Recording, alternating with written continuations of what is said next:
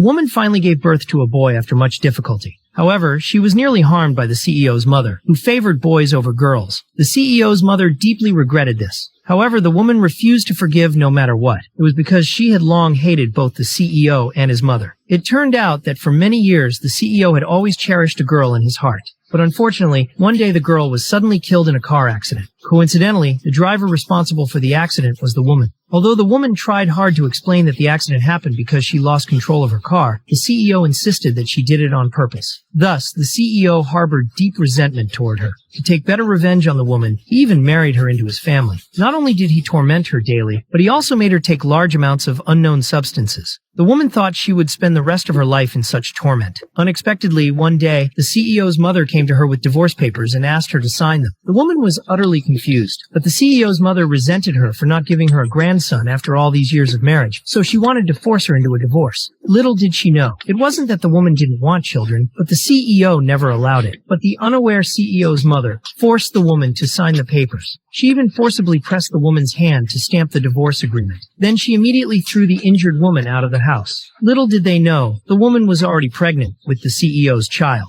For the sake of her unborn child, the woman chose to stay strong and keep going. 6 years passed in the blink of an eye. The woman gave birth to a boy. However, due to the harmful substances the CEO had made her consume, the boy was born with a congenital heart disease. The woman returned to the country, this time with her son, to seek treatment. Soon the woman contacted an elderly expert in the field of heart disease. However, despite her long pleading, the expert did not agree. As the woman walked through the hospital in disappointment, she unexpectedly ran into the CEO's wicked mother and her own sister. The CEO's mother was furious about the woman's return. She even claimed that if it weren't for the woman, the CEO wouldn't have been diagnosed with low sperm count. But how could the CEO's illness be blamed on the woman? Seeing the woman's indifferent attitude, the CEO's mother immediately tried to confront her physically. Luckily, the sister intervened and stopped her. However, the woman's sister wasn't on her side. It turned out that the sister and the CEO had already prepared for IVF. The sister even mocked the woman, saying that she and the CEO were simply fated to never be together. Seeing this, the CEO's mother joined in, mocking the woman as well. She said that even if the woman could have children, they would only be born disabled. These words enraged the woman completely. She raised her hand and slapped the CEO's mother.